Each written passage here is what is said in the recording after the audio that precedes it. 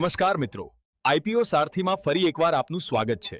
અમારો ઉદ્દેશ્ય તમને આઈપીઓ માર્કેટને સરળતાથી સમજાવવાનો છે। સ્વાગત છે। આજે આપણે વાત કરવાના છીએ ગણેશ કન્ઝ્યુમર પ્રોડક્ટ્સના નવા આઈપીઓ વિશે। ચાલો અને જરા બારીકાઈથી સમજીએ। ગણેશ, આ નામ કદાચ તમારા ઘરમાં પણ જાણીતું હશે અને હવે આ જ કંપની શેરબજારમાં આવી રહી છે। પણ સવાલ એ છે કે શું આ એફએમસીજી જાયન્ટ રોકાણકારો માટે સફળતાની રેસિપી સાબિત થશે? ચાલો આની જ તપાસ કરીએ। હવે એ જાણવા માટે કે આ રોકાણ કરવા જેવું છે કે નહીં, સૌથી પહેલાં તો એ સમજવું પડે કે આ કંપની છે શું અને કરે છે શું। તો ચાલો શરૂઆત કરીએ કંપનીની પ્રોફાઇલથી। તો ગણેશ કન્ઝ્યુમરની શરૂઆત થઈ હતી વર્ષ 2000માં। આ એક કોલકાતા બેઝડ એફએમસીજી કંપની છે અને એમની ખાસિયત શું છે? એમની ખાસિયત છે ગણેશ બ્રાન્ડ હેઠળ ઘઉંમાંથી બનતી પ્રોડક્ટ્સ, જેમ કે આપણે બધા વાપરીએ છીએ લોટ, મેંદો અને સૂજી। હવે એમની પ્રોડક્ટ રેન્જ પર નજર કરીએ તો એ પણ બહુ રસપ્રદ છે। મેઇન ફોકસ તો ઘઉં પર જ છે, લોટ, મેંદો, સૂજી, પણ એ સિવાય તેઓ ઇન્સ્ટન્ટ ફૂડ મિક્સ, મસાલા અને તો સિંગાડા અને બાજરાના લોટ જેવી એથનિક વસ્તુઓ પણ બનાવે છે। અને એમનું મોટાભાગનું કામકાજ સીધું ગ્રાહકો સાથેનું છે, એટલે કે B2C। સારું, તો આ થઈ કંપની અને તેની પ્રોડક્ટ્સની વાત। પણ આપણે અહીંયા ભેગા થયા છે આઈપીઓ માટે, ખરું ને? તો ચાલો હવે સીધા આંકડાઓ પર આવીએ અને જોઈએ કે આ ઓફરિંગમાં શું ખાસ છે। જે લોકો આમાં રોકાણ કરવાનું વિચારી રહ્યા છે એમના માટે આ તારીખો બહુ જ મહત્વની છે, નોંધી લેજો। આઈપીઓ ખુલી રહ્યો છે 22 સપ્ટેમ્બરે અને 24 તારીખે બંધ થઈ જશે। એલોટમેન્ટ 25મીએ ફાઇનલ થશે અને માર્કેટમાં શેર લિસ્ટ થશે 29 સપ્ટેમ્બરે, એટલે કે સોમવારે। હવે જરા નંબર્સ ગેમ સમજે। એક શેરની કિંમત રાખવામાં આવી છે 336 રૂપિયા। એક લોટમાં 44 શેર્સ છે, એટલે કે મિનિમમ ઇન્વેસ્ટમેન્ટ થશે 14,812 રૂપિયા। હવે અહીં એક વાત પર ખાસ ધ્યાન આપજો, લગભગ 69% offer A offer for sale છે। આનું મતલબ એ થયો કે મોટાભાગના પૈસા કંપનીના ખાતામાં નહીં, પણ જે જૂના શેર હોલ્ડર્સ છે એમના ખિસ્સામાં જશે। જોકે એક સારી વાત એ છે કે આઈપીઓ પછી પણ પ્રમોટર્સ પાસે 64% જેટલી મજબૂત હિસ્સેદારી રહેશે। આઈપીઓની વિગતો તો જોઈ લીધી, પણ કોઈ પણ કંપનીમાં રોકાણ કરતા પહેલાં એની તિજોરીમાં જોવું બહુ જરૂરી છે। મતલબ કે એનું ફાઇનાન્શિયલ હેલ્થ કેવું છે। ચાલો છેલ્લા 3 વર્ષના પરફોર્મન્સ પર એક નજર નાખીએ। આ રહી છેલ્લા 3 વર્ષની કહાની। તમે જુઓ, ટોટલ આવક એટલે કે રેવન્યુ એ સતત વધી રહ્યું છે। લગભગ 600 કરોડથી વધીને 855 કરોડ સુધી પહોંચી ગયું છે, જે બહુ સારું કહેવાય।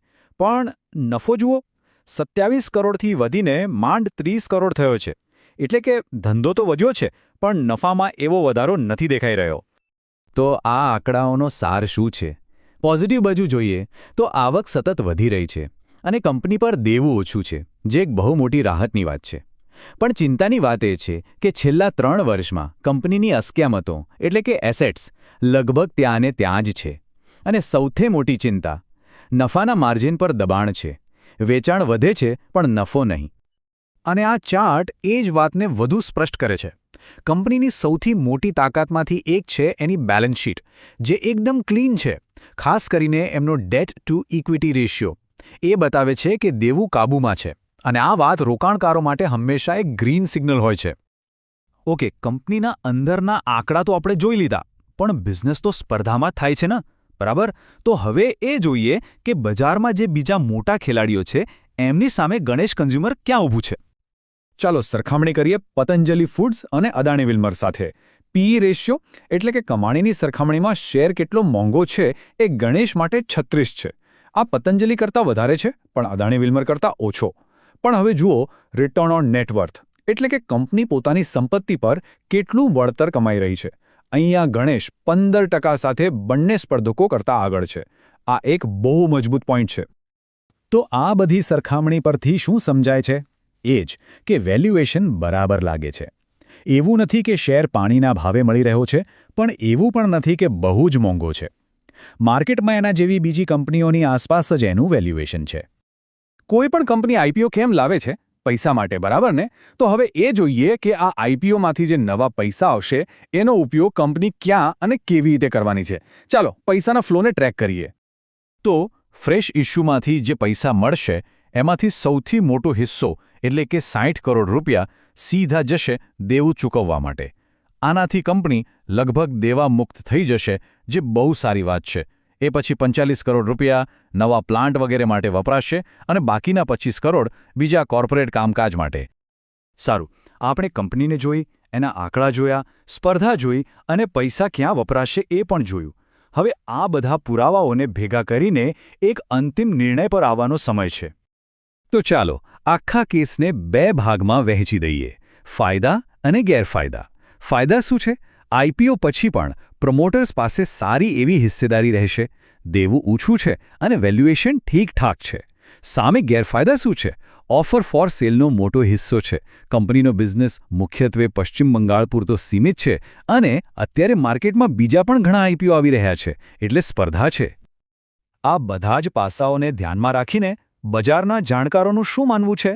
એમનું અનુમાન છે કે લિસ્ટિંગના દિવસે કદાચ 5થી 10% જેવો સામાન્ય લાભ મળી શકે છે. કોઈ મોટા ધમાકા કે બમ્પર લિસ્ટિંગની અપેક્ષા અહીંયા ઓછી છે. અને આ જ વાત આપણને આજના સૌથી મોટા સવાલ પર લાવીને ઊભી રાખે છે. જ્યારે બજારમાં બીજા વિકલ્પો પણ હોય અને અહીં સંભવિત લાભ પણ સામાન્ય હોય, તો શું આ એક રોકાણ કરવા જેવી તક છે?